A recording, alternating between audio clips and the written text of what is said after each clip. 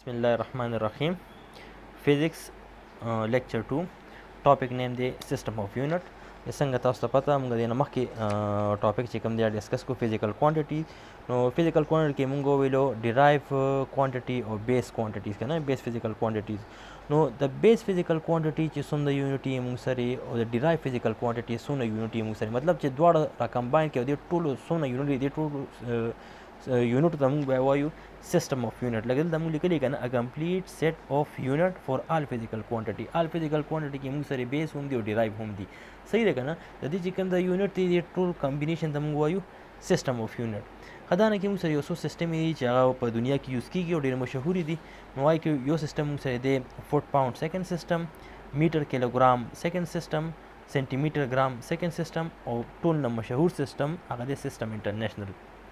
دا سیستمونه چې کوم دی مختلف ځایونو کې مختلف طریقو سره یوز کیږي. لکه زه به تاسو دا وایم چې سیستم انټرنیشنل موږ روزمره زندګۍ کې یوز کوو. کله نه کله موږ سره سمال یونټي پکار وي، وړې وړې یونټي پکار وي. لکه تاسو ته د تھکنس اف پیپر فایند کوي یا څه بل څه فایند کوي چې ورکوټ یونټ ای دپاره موږ دانه کې دا سیستم یوز کوو، چې غټ یونټ وي ای دپاره دا سیستم یوز کوو. او سیستم انټرنیشنل څنګه تاسو ته دا روزمره زندګۍ کې موږ یوز کوو. हाँ जी system international دا لږ امپورټنट کوېسچن هم دی سیستم انټرنیشنل د پیپر لحاظ سره. نو سیستم انټرنیشنل آر د موست پاپولر سیستم ان د ورلد. صحیح دی دا په ورلد کې پاپولر سیستم دی. ډیولپ شوی په 1960 کې په فرانس کې. ها سیستم انټرنیشنل چې کوم دا سیستم دی سیستم انټرنیشنل کې مونږه بیس فزیکل کوانټیټي یوز کوو د میجرمنټ لپاره.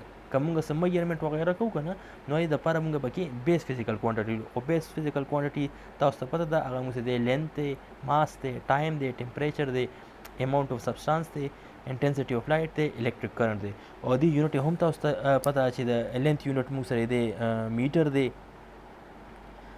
ماس کیلوګرام دی، ټایم سیکنډ دی، ټمپریچر چې کوم دی کیلون دی، اماونټ اف سبسټانس مول، intensity of light candela, electric current ampere.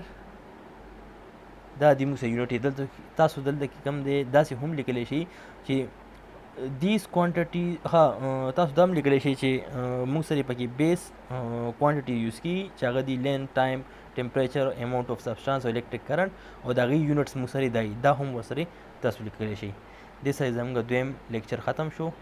امید دی چې تاسو به دا لیکچر ډېر خوښ شوي دي. ډېره مهرباني، شکریه جی، والسلام.